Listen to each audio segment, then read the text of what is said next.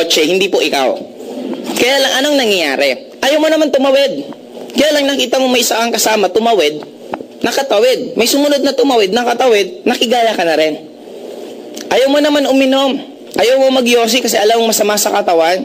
Kaya lang one time, may napuntahan kang party. Yung napuntahan mong party, nakita mo lahat umiinom, nakita mo lahat nagyosi, at parang ang saya nila. Dumating ka sa point na nagyosi ka na rin. Ayaw mo naman mag-Facebook. Mas love mo nga si Friendster before. Kaya lang kinulit ka ng kinulit na mga kaibigan mo, uy, maganda ang Facebook, maganda ang Facebook. Dumating ka sa point na sinilip mo si Facebook. Habang sinisilip mo, sabi, medyo maganda naman si Facebook, kaya lang, mahal ko pa rin si Friendster. Hanggang dumating sa point na kinalimutan mo na si Friendster, si Facebook na lang ginagamit mo ngayon. Ano yung point ko? Guys, ang dami po nating ginagawa na hindi po tayo ang nagdesisyon. May question ako, sino po ang college student dito right now? Malibang kay May. Ikaw na lang, at anong course mo? Alam mo ba bakit ka nag-college? Bakit? Sige, bakit ka nag-college? Para? Para may makamit. Para po may makamit. Ano yung gusto mong makamit? Galigaya. Anong gusto mong makamit sa buhay? Makamit na makamit. Para may mamit? Ano? Makamit, mamit. Ano? Ha? Makamit ng ano nga? Ha? Course po. May makamit na course. Anong meron pag may nakamit kang course? Makahanap ng trabaho. Now, if you're going to ask yourself, especially sa lahat po ng students right now, ang iisipin mo kaya ka nag-college kasi para magkaroon ng income, right? But the major reason kaya ka nag-college kasi nag-high school ka. Bakit ka nag-high school, nag-elementary ka? Bakit ka nag-elementary kasi nag-nursery ka? Bakit ka nag-nursery kasi in-enroll ka ng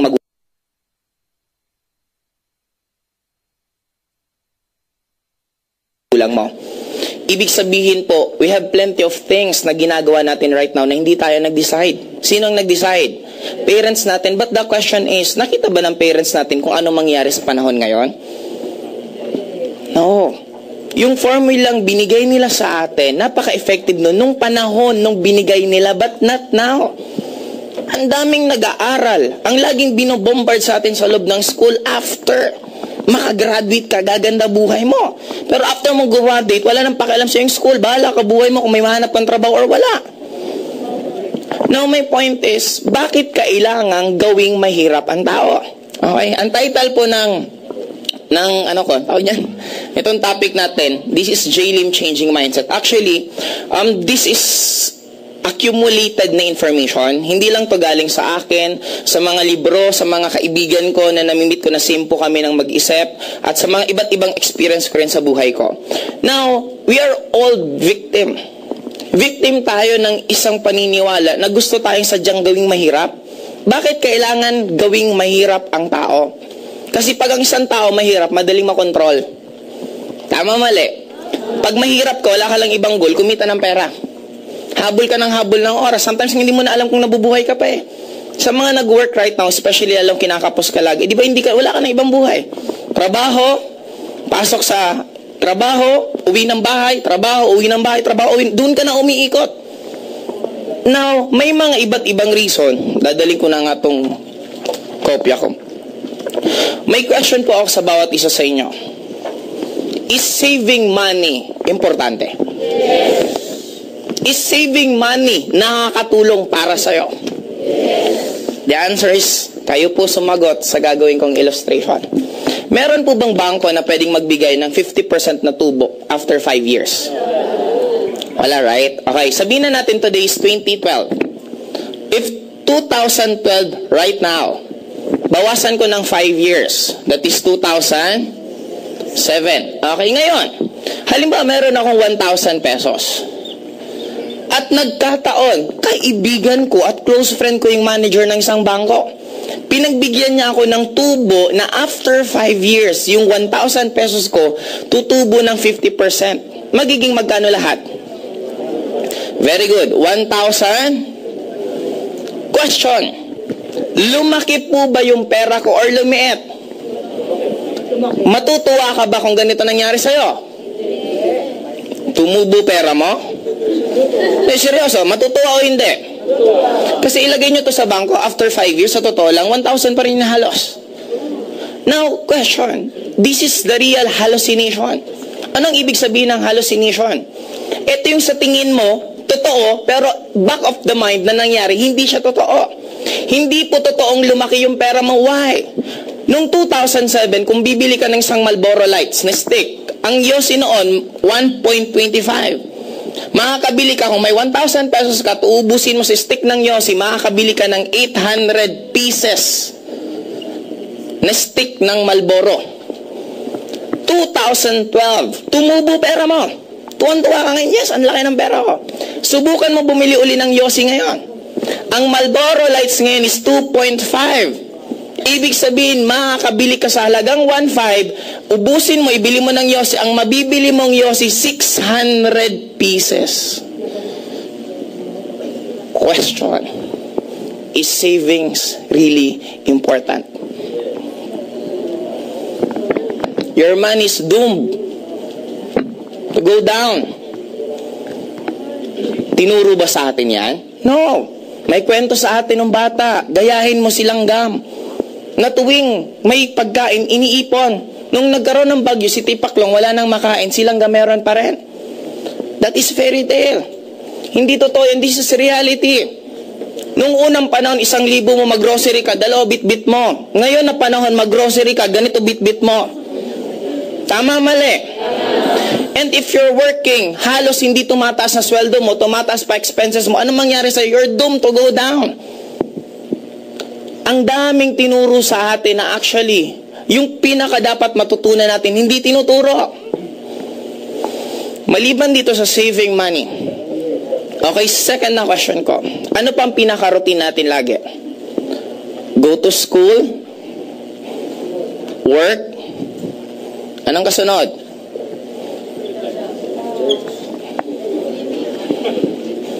Now, this is very important. May mga matatakil ako, sino yung may mga pakana ng pagiging mahirap natin. Sa mga mababanggit ko pong institution, hindi ko po tinutukoy ang isang person mismo. Just like one of the greatest tool kaya tayo nagiging mahirap is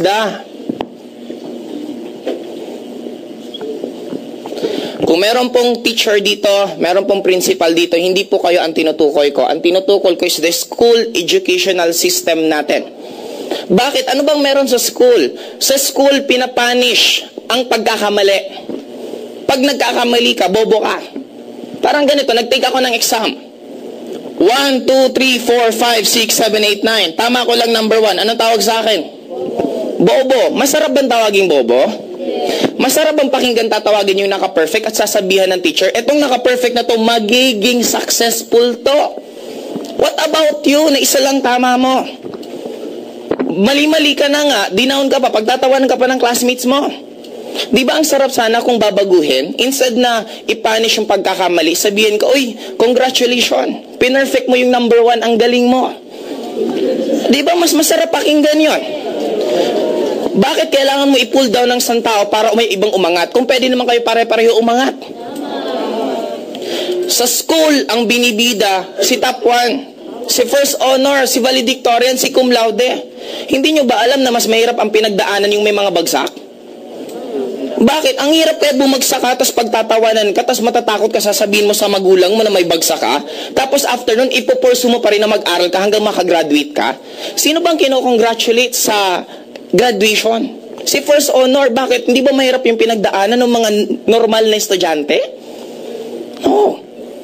Now, sa loob ng school, the moment nag-fail ka, bobo ka, hindi ka magiging successful at maghihirap ka. But in reality, failure and success, magkakambal yung dalawa. You will never become successful unless you fail. Fail means first attempt in learning. Now, after failing, anong susunod na mangyari sa'yo? You will gain experience. After gaining experience, next is you will have the right decision, gawin yung mga bagay na gusto mo, at then you will be successful. Wala pong bata na natutong maglakad na ang gamit lang isa. Ano yung point ko? This is just like our feet. My left foot, left foot, right foot. The moment mag-step ako, step left, step right, step left, step right. Ano nangyari? Nag-aabante ako atras. And this is very important po sa atin. We need to realize that failing is very important and very crucial for you to become successful. Maraming nagsabi sa amin, kaya kayo nakaka-recruit kasi marami kayong pera, kasi magagaling kayong magsalita. You're wrong.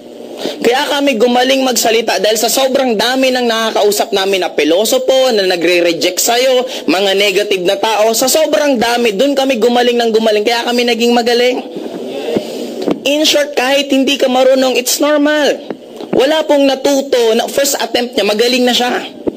Lahat ng natuto, parang pagluluto yan. Paano ka magiging magaling na cook? Pag tumimpla ka at medyo matabang, anong susunod gagawin mo? Pwedeng dagdagan mo ng asin, dagdagan mo ng suka, hanggang makuha mo yung eksaktong formula.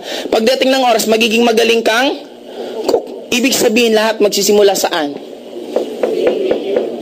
Nasunugan ka, di ba? Nagluluto ka, nasunog yung niluto mo, okay lang yon. We need to love.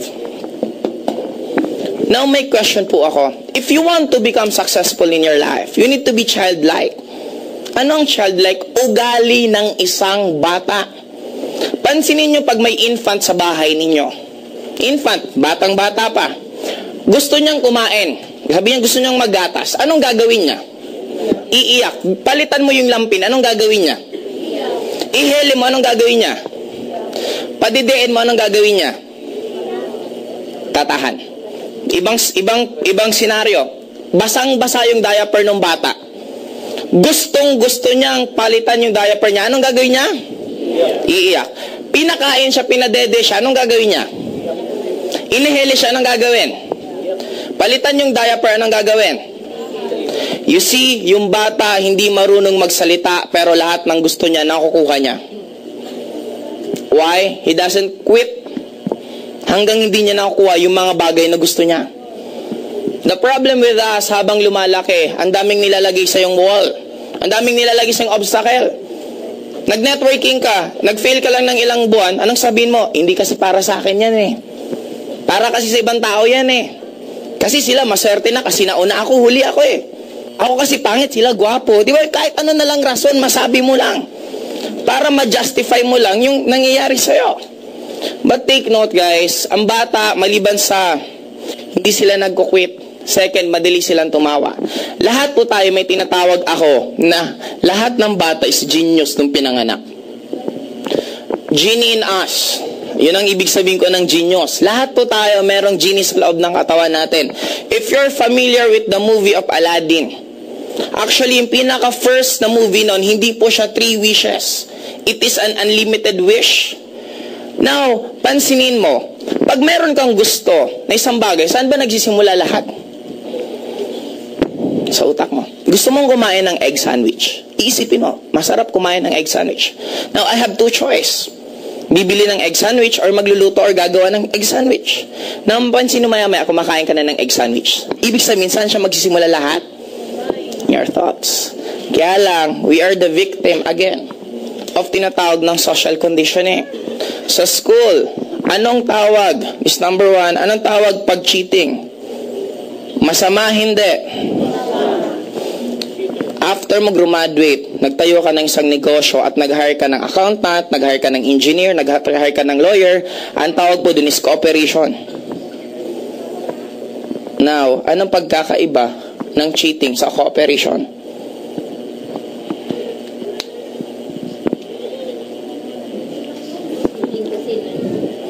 Cheating kasi nangopya, alam mo, may ako sa math, nangopya ako sa classmate ko magaling sa math, di ba cheating yon? Oh, wala akong alam sa accounting. Nag-hire ako ng accountant, siya yung gumawa. Di ba cooperation yon? Di ba pareho din?